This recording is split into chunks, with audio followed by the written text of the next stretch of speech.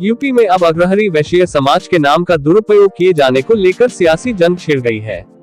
Social media platform के जरिए लोगों का एक दूसरे पर आरोप प्रत्यारोप का दौर शुरू हो गया है। नए साल के मौके पर यूपी सरकार के मंत्री नंद गोपाल गुप्ता नंदी की तरफ से 8 जनवरी को कानपुर में हो रहे आयोजन आगाज 2022 को एकता का महापर्व का नाम दिया गया है और जिसमें ये दर्शाया गया है कि इस कार्यक्रम में देश भर के वैश्य समाज समर्थन दे रहे हैं, जिसके चलते तमाम वैश्य समाज के नाम का समर्थन का विज्ञापन भी जारी हुआ है, जिसमें अखिल भारतीय अग्रहरी वैश्य समाज का भी नाम छापा गया है। लेकिन यहाँ जमीनी हकीकत कुछ और ही तस्वीर बयां कर रही है, जो इन दिनों सोशल मीडिया और अखबारों की सुर्खियां बनी है। दरअसल अखिल भारतीय अग्रहरी वैश्य समाज के राष्ट्रीय अध्यक्ष विदुप अग्रहरी की दलील है कि उनकी तरफ से इस कार्यक्रम में अपने समाज का समर्थन नहीं दिया गया है और न ही आयोजकों द्वारा उनसे कोई संपर्क किया गया, बल्कि अखबारों में छपे विज्ञापन से जानकारी होने के बाद राष्ट्रीय अध्यक्ष ने उनके समाज का नाम का दुरुपयोग किए जाने को लेकर बकायदा एक प्रेस कॉन्फ्रेंस के जरिए अग्रहरी समाज के खिलाफ रचे गए कुचक्र पर प्रेस विज्ञप्ति जारी कर विरोध प्रकट किया। उनका कहना है कि वे किसी राजनीतिक पार्टी का विरोध नहीं कर रहे हैं, बल्कि उन्हें नजरअंदाज कर कुछ समाज विरोधी गतिविधियों में लिप्त लोगों की सह पर गलत तरीके से आगाज कार्यक्रम में उनके संगठन का नाम जोड़ा गया है और उन्हें लेकर एक गलत बयानबाजी की जा रही है, जो कि सर्वथा अनुचित है। बात करनी चाहिए, चर्चा करनी चाहिए और उनकी आपको स्वीकृति मिलनी चाहिए। ताज्जुब हुआ देख करके कि विज्ञापनों में अखिल भारतीय अग्रहरी समाज का नाम भी उस लिस्ट में शामिल है, जबकि इस विषय पे मैं विदुप अग्रहरी राष्ट्रीय अध्यक्ष और चूंकि ये कार्यक्रम उत्तर प्रदेश में हो रहा है, तो हमारे उत्तर प्रदेश के जो अध्यक्ष हैं श्री श्रवण अग्रहरी जी, उनसे भी किसी भी प्रकार की कोई बातचीत नहीं की गई है। ये जो एक्टिविटी हुई है, इससे हमारा पूरा समाज दुखी है कि ये जो किया जा रहा है ये अनुचित है। वहीं अब राष्ट्रीय अध्यक्ष की प्रेस कॉन्फ्रेंस के बाद से देश के कई हिस्सों में राष्ट्रीय अध्यक्ष के खिलाफ गलत बयानबाजी पर निंदा की जा रही है और अब अग्रहरी समाज में ऐसे कुचक्र के खिलाफ मुहिम तेज हो गई है। उसी कड़ी में उत्तर प्रदेश के लखनऊ में भी उत्तर प्रदेश अग्रहरी समाज संगठन के प्रदेश अध्यक्ष श्रवण कुमार अग्रहरी ने कार्यक्रम आगाज 2022 में अखिल भारतीय अग्रहरी वैश्य समाज के नाम पर हुए कुचक्र को लेकर प्रेस कॉन्फ्रेंस किया और गलत बयानबाजी की निंदा करते हुए कार्यक्रम में समर्थन पर अपनी असहमति जताते हुए उसका बहिष्कार करने की घोषणा कर उसके खिलाफ मोर्चा खोल दिया है। उनका यह भी कहना है कि अखिल भारतीय अग्रहरी वैश्य समाज के राष्ट्रीय अध्यक्ष विदुप अग्रहरी के साथ हम उनके समर्थन में खड़े हुए हैं। हम लोग अब वैधानिक कार्यवाही भी करेंगे। हमारे राष्ट्रीय अध्यक्ष माननीय विदुप अग्रहरी जी को इन्होंने कहा कि स्वयं वो राष्ट्रीय अध्यक्ष, यह निंदनीय है। हमारे राष्ट्रीय अध्यक्ष जी अग्रहरी समाज के पूरे भारतवर्ष के सर्वमान्य राष्ट्रीय अध्यक्ष हैं। हमारे वैश्य समाज के लोगों को आगाज 22 के नाम पे गुमराह कर रहे हैं, यह गलत है। आपने कभी वैश्य समाज की आवाज बनने की कोशिश नहीं की। हमारे अग्रहरी समाज का आरक्षण का मुद्दा है, आपने कभी इसकी आवाज नहीं उठाई और जब आपको अपने टिकट की दरकार हुई तो हमारे अग्रहरी समाज की बैनर का उपयोग कर रहे हैं। यह निंदनीय है, हम इसकी कड़े शब्दों में निंदा कर रहे हैं। बिल्कुल जो भी वैधानिक कार्रवाई होगी हम लोग कराएंगे। हमारे राष्ट्रीय अध्यक्ष जी, हमारे प्रदेश कार्यकारी पदाधिकारी इस पर चिंतन करें, हम लोग भविष्य में इसकी योजना बनाएंगे। गौरतलब है कि आज अग्रहरी समाज के कुछ गिने चुने लोग बेनामी मुखौटा पहनकर अपनों के ही दुश्मन बन बैठे हैं और समाज में दो फाड़कर उसे धरातल में ले जाने का प्रयास कर रहे हैं। अभी हाल ही में उत्तर प्रदेश में होने वाले कार्यक्रम में भी वो लोग नई राष्ट्रीय कार्यकारिणी को धता बताकर खुद मुखौटा पहनकर शामिल हो रहे हैं, जिनके इस कृत्य के चलते देश भर में अग्रहरी वैश्य समाज का एक बड़ा तबका बेहद असहज महसूस कर रहा है, जिसके चलते देश भर में बाकायदा प्रेस कॉन्फ्रेंस कर अग्रहरी समाज के बेनामी मुखौटों द्वारा किए गए कृत्य के विरोध में उतर आए हैं और साथ ही अग्रहरी समाज के ही बेनामी मुखौटा पहने लोगों को संरक्षण देने को लेकर आयोजकों पर भी सवाल उठाए जा रहे हैं।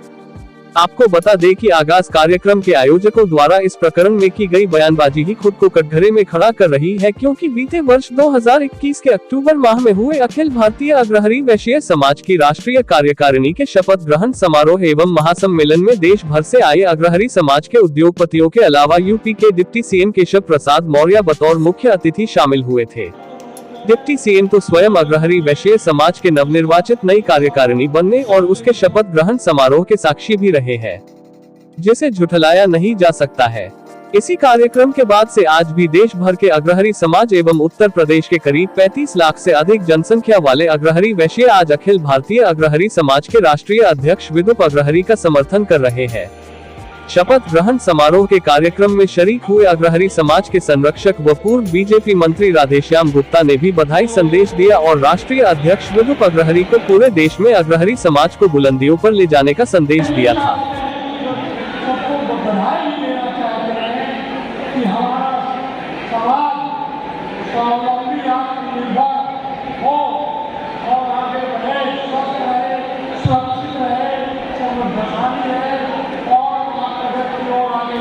इतना ही नहीं, उस दौरान फतेहपुर जिले से आए बीजेपी विधायक विकास गुप्ता का भी कहना था कि अब की फरवरी 2022 में होने वाले विधानसभा चुनाव में विदुप अग्रहरी को भी कमल खिलाकर विधानसभा ले जाएंगे। अध्यक्ष जी को बड़े भाई आदरणीय डिप्टी सीएम केशव जी ने आशीर्वाद प्रदान किया और आशीर्वाद उनका रहेगा तो 2022 पर विधानसभा पर जीत कर पहुँचने का काम करेंगे।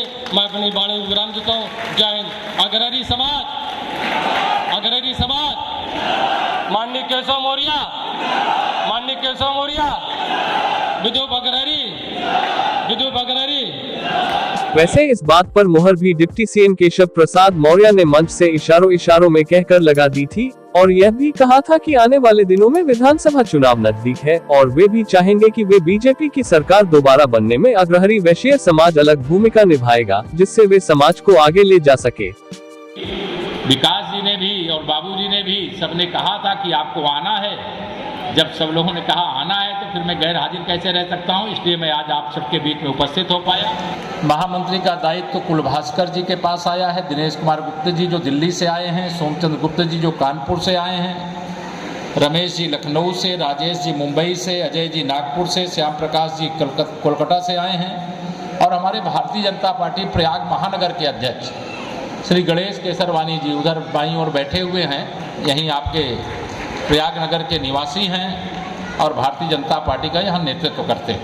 आज देश में भी और प्रदेश में भी भारतीय जनता पार्टी प्रचंड बहुमत के साथ